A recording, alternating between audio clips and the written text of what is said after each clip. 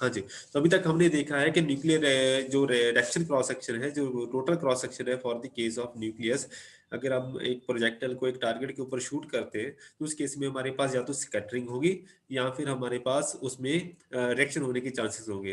तो उसमें बाद हमने देखा था कि अगर आपने स्कैटरिंग करनी है तो आप नॉर्मल पोटेंशियल के साथ भी उसको इंटरेक्ट करवा सकते हैं। जो न्यूक्लियर पोटेंशियल है उससे भी आप कम से काम चला सकते हैं। श्रोडिंगर वेव इक्वेशन जो है उसमें हम पोटेंशियल को ऐसा चूज कर सकते हैं। लेकिन अगर रिएक्शन मैकेनिज्म को इन्वॉल्व करना है तो उस केस में आपके पास क्या आएगा कि आपको एक एक्स्ट्रा पोटेंशियल लेके चलना पड़ता है, जिसकी जो डेप्थ है आपको प्रॉपरली वेरियस पैरामीटर्स को फिट करके निकालनी पड़ती है। तो उसकी जो डेप्थ होगी अप्रोक्सीमेटली 3 से लेके 5 एमबीवी तक रहती है। जो नॉर्मल पोटेंशियल है उसकी 30 से लेके 40 एमबीवी तक रहती है। So depending on the circumstances आप उसको मॉडिफाई कर सकते हैं according to the given problem. तो nuclear reactions in the resonance region, उसके बाद हमने स्टार्ट किया था कि जो न्यूक्लियर रिएक्शंस हैं, न्यूक्लियर रिएक्शन के कॉरेस्पॉन्डिंग हमारे पास वेरियस चैनल अवेलेबल होते हैं। ऐसा नहीं है कि सपोज न्यूट्रॉन एक साथ न्यूट्रॉन एक टारगेट के साथ टकराया और उसके बाद कोलिजन के बाद आपका न्यूट्रॉन ही बाहर निकल गया, तो उसको हम क्या बोलेंगे, इनइलास्टिक स्कैटरिंग होगी। या आपके पास हो सकता है न्यूट्रॉन आने के बाद हो सकता है कि जो न्यूक्लियस है वो कंफ्यूज कर जाए टारगेट के साथ, न्यूट्रॉन एंड टू टारगेट है फ्यूज करके आपका कंपाउंड न्यूक्लियस बना सकते हैं। एंड कंपाउंड न्यूक्लियस जो होगा वो क्या करेगा अल्टीमेटली किसी ना किसी, अगर एक्साइटेड स्टेट में बैठेगा जहाँ पे वहां से क्या करेगा, या तो वो ग्राउंड स्टेट में आ जाएगा या फिर प्रोबेबिलिटी होगी कि वो कोई और पार्टिकल प्रोटॉन इमिट करके किसी और न्यूक्लियस में चेंज हो जाए, या फिर वो अल्फा पार्टिकल इमिट कर दे, या फिर वो ब्रेकअप कर जाए इन दी स्मॉल न्यूक्लियस। मतलब अगर कोई यूरेनियम का न्यूक्लियस है वो क्रिप्टॉन एंड बेरियम में स्ट्रिप आउट कर सकता है, ब्रेकअप कर सकता है। तो ऐसे आपके पास कई चैनल अवेलेबल होंगे, proton channel, neutron channel, alpha channel, या फिर आपके पास ब्रेकअप चैनल भी अवेलेबल होगा। तो इन सब के लिए आपके पास एक फाइनाइट प्रोबेबिलिटी होगी कि ये वाली रिएक्शन होगी या नहीं होगी। तो जिस चैनल की प्रोबेबिलिटी ज्यादा होगी फॉर ए गिवन रिएक्शन, वो वाला चैनल ज्यादा पॉपुलेट होगा रादर देन अदर चैनल्स। तो सबकी अपनी अपनी प्रोबेबिलिटी होगी। एंड डिके विड्थ के कारण उसके लिए हर एक रिएक्शन के लिए, हर एक चैनल के लिए एक डिके रेट रहेगा, जिसको हमने यहाँ पे लैम्डा के साथ लिखा हुआ है।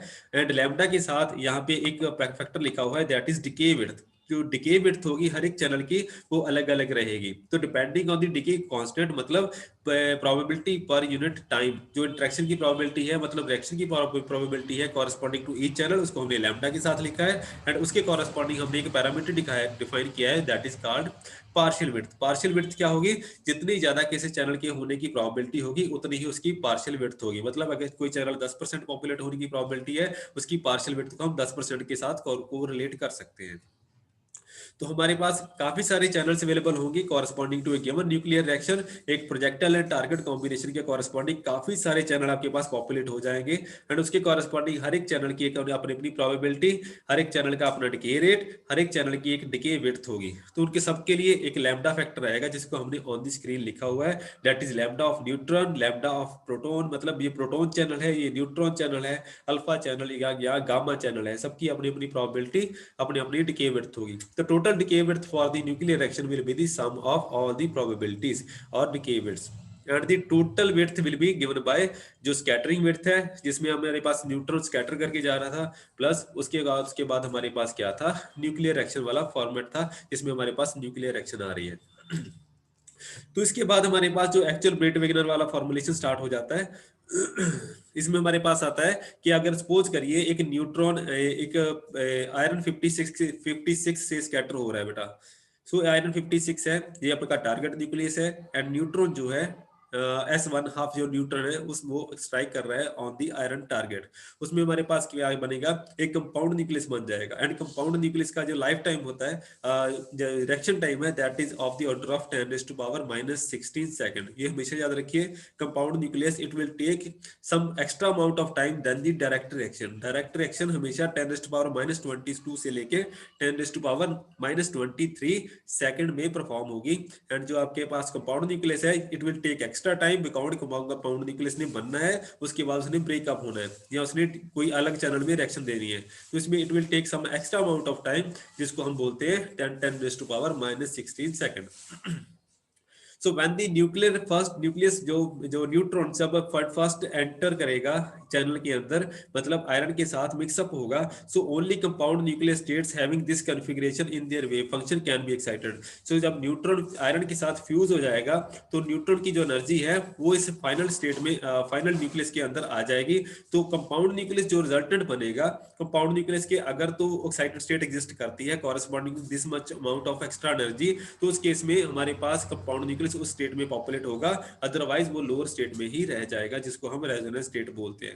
तो अगर एक्साइटेड स्टेट की प्रोबेबिलिटी, एक्साइटेड स्टेट की एनर्जी के बराबर उसकी न्यूट्रॉन की एनर्जी हुई, तो उस केस में हमारे पास क्या होगा कि न्यूक्लियस उस स्टेट में एक्साइट हो जाएगा, तो उस स्टेट के कॉरेस्पॉन्डिंग हमारे पास रेजोनेंस स्टेट एग्जिस्ट करेगी कंपाउंड न्यूक्लियस की। सो only compound nucleus states having this configuration in their wave function can be excited, and the probability for a state to be excited is proportional to the fraction of the time it spends in this configuration। तो उसके जितना time होगा, जो इसके populate होने की probability क्या होगी कि न्यूक्लियस जो है वो न्यूक्लियर कंपाउंड न्यूक्लियस की उस एक्साइटेड स्टेट में बैठेगा जितना उस स्टेट का लाइफ टाइम होगा। मतलब कंपाउंड न्यूक्लियस की उस स्टेट की, जिस स्टेट में हम जाने की कोशिश कर रहे हैं, उस स्टेट की जितनी आपके पास फाइनाइट प्रोबेबिलिटी होगी या जितनी डिके विड्थ होगी, उसी के कॉरेस्पॉन्डिंग वो चैनल पॉपुलेट होगा। तो सीधी सीधी बात करें कि जितना किसी चीज के होने की प्रोबेबिलिटी है उतना ही भी चीज होगी, जितनी प्रोबेबिलिटी है उसी के कॉरेस्पॉन्डिंग आपके पास रिजल्ट्स आएंगे। तो जितना उस लेवल की प्रोबेबिलिटी है पॉपुलेट होने की, उतना ही आपके पास वो चैनल पॉपुलेट होगा। तो सिंपल 1 to 1 मार्किंग है यहाँ पे। So, but this is just the reduced width delta square theta square from the equation 13 and 13 is proportional to the lambda of n divided by e raised to power 1/2। and जो आपके पास channel populate होने की जो probability है, this is nothing but it is proportional to the decay width and inversely proportional to e raised to power 1/2। मतलब जो आपके पास incident particle है जिसकी एनर्जी e है, उसके रेज़ टू पावर 1/2 के ऊपर इनवर्सली प्रोपोर्शनल हो जाएगा, उसके कॉरेस्पॉन्डिंग आपके पास this it will be proportional to the reduced width. तो आप कोहन की बुक उठा के देख सकते हैं, ये वाला एक्सप्रेशन कहीं ना कहीं किसी न किसी चैप्टर में आपके पास मिल जाएगा। तो total cross section for the formation of the individual state of the compound nucleus it will be proportional to lambda N divided by e raise to power 1/2। तो इसके कॉरेस्पॉन्डिंग हमारे पास अगर ये वाली कॉन्फ़िगरेशन एग्जिस्ट करती है आयरन 56 एंड न्यूट्रॉन, इसके corresponding उसकी प्रोबेबिलिटी क्या रहेगी या उसका क्रॉस सेक्शन क्या रहेगा, it will be proportional to lambda of N, मतलब उस स्टेट के पॉपुलेट होने की प्रोबेबिलिटी या N divided by e raise to power 1/2 and उसकी एनर्जी। मतलब अगर एस स्टेट को हमने पॉपुलेट करना है, उसकी एनर्जी कम होनी चाहिए, जितनी ज्यादा एनर्जी कम होगी उतना वो चैनल ज्यादा पॉपुलेट होगा। ये हम लास्ट टाइम डिस्कस कर चुके हैं। जितनी ज्यादा न्यूट्रॉन की एनर्जी होगी वो सरफेस के साथ स्क्रैच करके बाहर निकल जाएगा। For the neutron to interact with the atom और न्यूक्लियस, आपकी एनर्जी सफिशिएंटली थर्मल एनर्जी के बराबर होनी चाहिए या उससे कम होनी चाहिए, so that it can interact. इसको सफिशिएंट टाइम मिलना चाहिए सो दैट आपके पास रिएक्शन अकर हो। ऐसा नहीं है कि एक बुलेट की तरह शूट हुआ और भाग गया। सो फ्रॉम दी डिस्कशन हमारे पास क्या है, जो रिएक्शन क्रॉस सेक्शन है काफी सारे फैक्टर पे डिपेंड करेगा। मैंने जो पहले डिस्कस किए हुए या लेटेस्ट स्टेज में डिस्कस करूंगा उसमें सारे के सारे फैक्टर को 1 by 1 हम टेक केयर करेंगे। सो पहली बात कि जो रिएक्शन क्रॉस सेक्शन है वो डिके चैनल की विड्थ के ऊपर डिपेंड करेगा एंड इनवर्सली प्रोपोर्शनल होगा e रेज़ टू पावर 1/2 के। We also know that cross section behaves like, जो हमारे पास एक फिगर दे रखी थी, मैं बैक जाता हूं, जो आपके पास रिएक्शन है, जो रिएक्शन क्रॉस सेक्शन है, it behaves like this thing. तो आपके पास ऐसी विड्थ आपके पास ऐसा चैनल विड्थ आता है। तो आपके पास मैंने आपके पहले भी डिस्कस किया हुआ है कि ये वाली फिगर का मतलब क्या है कि आपके पास जो एनर्जी लेवल है वो अनसर्टेनिटी प्रिंसिपल को सेटिस्फाई करते हैं। मतलब जो कंपाउंड न्यूक्लियस के लेवल होंगे उनकी एक फाइनाइट विड्थ एग्जिस्ट करेगी, because delta E into delta T is approximately equal to H cross. तो जितना इसके लेवल का लाइफ टाइम होगा उसके कॉरेस्पॉन्डिंग आपके पास डिके विड्थ आएगी। ठीक है, तो जो एनर्जी होगी, जो आपके रिएक्शन क्रॉस सेक्शन होगा, वो डिपेंड भी करेगा कि आपके चैनल की विड्थ कितनी है। जितनी ज्यादा विड्थ होगी उसके कॉरेस्पॉन्डिंग आपके पास चैनल की जो क्रॉस सेक्शन है वो कम होता जाएगा, बिकॉज अदरवाइज आपके पास हॉच पॉच होना शुरू हो जाएगा, मिक्सअप होना शुरू हो जाएगा। आपके पास लेवल एग्जिस्ट करेगा ही तब तक जब तक आपके पास डिके विड्थ जो है वो फाइनाइट रहेगी। तो इसने यहाँ पे पॉपुलेट करवा के दे रखा है बेटा। ठीक है जी, तो ये वाला आपके पास यहाँ पे दे रखा है, इसको चेक कर सकते हैं हम कि आपके पास ओके। तो आपके पास जो रिएक्शन क्रॉस सेक्शन है it will be inversely proportional, raise to power -1 लिखा हुआ है, it will be inversely proportional to the resonance width, जितनी ज्यादा विड्थ होगी उसके कॉरस्पॉन्डिंग रिएक्शन क्रॉस सेक्शन उतना ही कम होता जाएगा। सो ई माइनस ई आर, ये ई आर क्या है बेटा, रेजोनेंस की सेंटर पीक, जो सेंटर वाली सिंगल स्पाइक लाइन है ये, उसका सेंटर जो आपके पास कर्व बन रही है, एक पीक बन रही है, पीक का centre. So E minus E R raise to power 2 plus 1/4 lambda raise to power 2, lambda यहाँ पे आपकी डिके विड्थ हो गई इसके corresponding, and raise to power -1, तो ये आपकी डिके विड्थ के इनवर्सली प्रोपोर्शनल हो जाएगा। Where E R is the energy of the centre of the resonance, तो उसके कॉरस्पॉन्डिंग आपके पास आएगा व्हेन एट द रेजोनेंस, आपके पास ये क्या आएगा 2 डिवाइडेड बाय लैम्डा के कॉरस्पॉन्डिंग आ जाएगा। तो डिटेल में नहीं जाते, उसके बाद हम बात करते हैं कि आपका जो क्रॉस सेक्शन होगा वो किस किस चीज पर डिपेंड करेगा। पहले आपकी एनर्जी पे डिपेंड कर गया, प्रोबेबिलिटी पे डिपेंड कर गया, आपके डिके विड्थ पे डिपेंड कर गया।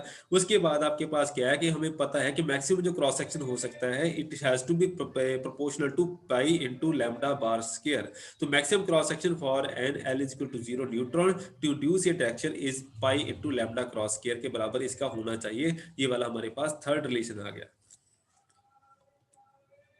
इसके बाद हमारे पास क्या है कि हमारे पास दो तरह की रिएक्शंस है, एक तो न्यूट्रॉन स्कैटरिंग हो गई, एक हमारे पास रिएक्शन होगी। तो हमारे पास रिएक्शन होने की प्रोबेबिलिटी कैसी आएगी, it has to be proportional to lambda are. तो जितनी ज्यादा रिएक्शन होने की प्रोबेबिलिटी हो उतना ही हमारे लिए अच्छा होगा। तो जो क्रॉस सेक्शन है it should be proportional to lambda R divided by total cross section और टोटल डिके कांस्टेंट। ठीक है जी, इसके corresponding it should be proportional to the probability for the compound nucleus to decay by the emission of reaction product rather than by scattering. तो sorry उल्टा बोल गया, यहाँ पे हमारे पास डिके की प्रोबेबिलिटी के बारे में बात हो रही है। तो हमारे पास जो रिएक्शन है, रिएक्शन होनी चाहिए रादर देन स्कैटरिंग। अगर आपका कंपाउंड न्यूक्लियस बन गया लेकिन उसने फिर दोबारा ही न्यूट्रॉन इमिट कर दिया तो हमारे पास ओनली स्कैटरिंग बचेगी, अदरवाइज हमारे पास रिएक्शन नहीं होगी। तो इसके कंपैरेटिव हमें क्या चाहिए, न्यूक्लियर रिएक्शन चाहिए। So we have to make the reaction more probable as compare to your scattering, इसलिए लैम्डा आर न्यूमरेटर में लिखा हुआ है रादर देन डिनोमिनेटर। डिनोमिनेटर में टोटल चैनल लिखा हुआ है whether it is scattering plus reaction, तो न्यूमरेटर में रिएक्शन की प्रोबेबिलिटी आपने डिपिक्ट की हुई है। तो रिएक्शन क्रॉस सेक्शन आपका lambda R divided by lambda R plus lambda N के साथ रिलेट करेगा। तो लैम्डा आपका डायरेक्टली प्रोपोर्शनल है डिके विड्थ के, तो decay width is given by lambda R divided by lambda R plus lambda of N. और यू कैन, ये आपका टोटल हो गया बेटा नीचे, उसके corresponding capital lambda S H हमने लिख दिया है एंड लैम्डा आर आपके भाई यहाँ पे लिखा हुआ है। उसके बाद हमारे पास आ जाता है कि collecting all these terms and inserting A proportionality constant. तो इसमें हमारे पास जितने भी फैक्टर थे हमने सारे के सारे यहाँ पे इंक्लूड कर दिए एंड एफ एक प्रोपोर्शनलिटी फैक्टर, प्रोपोर्शनलिटी कांस्टेंट और समथिंग लाइक दैट हमने यहाँ पे इंट्रोड्यूस किया है। तो reaction cross section it will be proportional to the total reaction cross section pi into lambda cross square into decay width into your reaction product mechanism and उसके साथ आपके पास proportionality corresponding to your energy। ये सारे के सारे channel आपने यहाँ पे पॉपुलेट करवा दिए, फिर सारी की सारी डिपेंडेंसी आपने यहाँ पे दे रखी है। From this we can see that maximum possible cross section यहाँ पे कितना आएगा, तो maximum possible cross section हमारा पाई इंटू लैम्डा क्रॉस स्क्वायर के बराबर ही होना चाहिए, इससे ज्यादा नहीं होना चाहिए।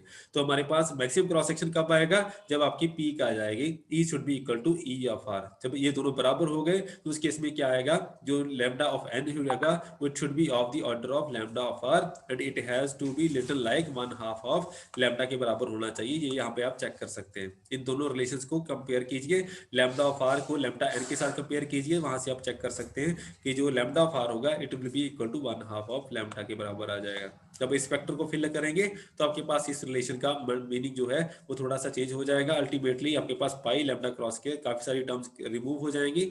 Ultimately f divided by lambda into e raised to power 1/2 बचेगा। लेकिन तो हमारे पास क्या है, from this equation maximum possible cross section हमारे पास क्या है, pi into lambda cross square होना चाहिए। So f has to be equal to this much. तो आपके पास जो एफ है वो इसके बराबर होना चाहिए। तो प्रोपोर्शनलिटी फैक्टर की जो वैल्यू है वो हम यहाँ पे डिड्यूस कर सकते हैं so that this factor will be nullified. तो ये वाला फैक्टर नलीफाई हो जाएगा, ये लास्ट वाला जो फैक्टर लिखा हुआ था, बाकी सारे फैक्टर यहाँ पे बच जाएंगे। सो हमारे पास reaction cross section will be equal to pi into lambda cross square e lambda of n into lambda of r divided by e minus E r the raised to power 2 plus 1/4 into lambda square के regarding हमारे पास expression बचेगा। If the reaction takes place, the probability that it will involve emission of some of the particles तो हमने यहाँ पे कोई भी चैनल नहीं लिखा हुआ है सच। तो हमने अगर हमारे पास कोई पार्टिकल होता है, पार्टिकल हमने ओनली लैम्डा आर लिखा हुआ है, आर के कॉरेस्पॉन्डिंग हमारे पास प्रोटॉन भी हो सकता है, न्यूट्रॉन भी हो सकता है, कोई भी एमिशन हो सकता है। अगर हमारे पास एक्स पार्टिकल इमिट होता है, उसके कॉरेस्पॉन्डिंग उस चैनल को क्या लिखते हैं, incoming particle neutron and outgoing particle हमने यहाँ पे एक्स लिख दिया। ये पहले हम यहाँ पे एन आर लिखते थे, यहाँ पे हम एन एक्स लिख रहे हैं। तो हमारे पास क्या हो गया, which is just the lambda x divided by lambda are. तो यूजिंग दिस फैक्टर हम यहाँ पे इसको चेंज कर सकते हैं, pi into lambda cross square lambda n into lambda r into e minus ई आर के raised power 2 plus 1/4 lambda square के रिगार्डिंग। तो आर को हमने यहाँ पे एक्स के साथ रिप्लेस कर दिया and this is called Breit Wigner formula. तो अगर आपके पास इनकमिंग न्यूट्रॉन है, आउटगोइंग एक्स पार्टिकल है, तो उसके corresponding reaction cross section will be given by pi into lambda cross square into lambda n lambda x divided by e minus E r the whole square plus 1/4 into lambda square के regarding. यहाँ पे आपके पास ब्रीट-विग्नर formula justify हो जाता है। सो इसको काफी सारी रिगरस मैथमेटिक्स से भी डराइव किया जा सकता है, लेकिन आपको इसका फिजिकली मीनिंग यहीं पे पता चलेगा, अदरवाइज आप ओनली एबीसीडी करते रह जाएंगे। So it can be derived more rigorously and it has played an important role in the development of nuclear physics. So काफी ज्यादा important formula है बेटा ये. And since the relative probability for the decay of the compound nucleus by scattering and by a reaction is lambda n divided by lambda r, and multiplying this factor by this factor gives the scattering cross section. तो अगर आपने scattering cross section निकालना है तो आपके पास क्या है, अगर आपके पास lambda of n जो scattering है, lambda of r जो है आपके पास reaction cross section है, तो यहाँ से आपके पास स्कैटरिंग क्रॉस सेक्शन भी आप यहाँ से निकाल सकते हैं। तो इसको आप कंपेयर कर सकते हैं, तो मल्टीप्लाई कर देंगे इस फैक्टर के साथ, तो आपके पास ये वाला फैक्टर स्कैटरिंग क्रॉस सेक्शन भी आ जाएगा। तो रेजोनेंस स्कैटरिंग, या इसको हम रेजोनेंस स्कैटरिंग का नाम भी देते हैं। Actually this gives only resonance scattering. तो scattering via formation of compound nucleus. तो कंपाउंड न्यूक्लियस के थ्रू जो स्कैटरिंग होगी, इसमें मैंने बोला था कि न्यूट्रॉन ही आया और कंपाउंड न्यूक्लियस बना एंड अल्टीमेटली न्यूट्रॉन ही बाहर निकल गया। तो that is n into n channel. तो उसके कॉरेस्पॉन्डिंग रेजोनेंस स्कैटरिंग हो जाएगी। एक होती है डायरेक्ट स्कैटरिंग, जिसमें न्यूट्रॉन आया और वही न्यूट्रॉन बाहर निकल गया, स्कैटर होकर, हल्का से कोलोमिक इंटरेक्शन हुई या न्यूक्लियस इंटरेक्शन हुई, उसके बाद न्यूट्रॉन ही बाहर निकल गया। That is called simple direct reaction और डायरेक्ट स्कैटरिंग। ये वाला जो कंपाउंड न्यूक्लियस बनने के बाद आपकी स्कैटरिंग होती है, that is called resonance scattering. तो इसके बाद काफी सारा लिटरेचर दे रखा है, लेकिन वो हम नहीं करेंगे। ये आप देख सकते हैं बेटा, ऑन द स्क्रीन दे रखा है total neutron cross section versus energy for uranium 238 हमारे पास दे रखा है बेटा ऑन द स्क्रीन। काफी सारा लिटरेचर है इसमें, लेकिन ज्यादा डिटेल में हम नहीं जाएंगे। तो हमारे के पास काफी सारी चीजें दे रखी हैं रेजोनेंस स्कैटरिंग के regarding. Total cross section it has to be equal to आपके scattering cross section n into n and उसके कॉरेस्पॉन्डिंग n इंटू r। तो काफी सारा लिटरेचर है, यहाँ पे आप दे सकते हैं।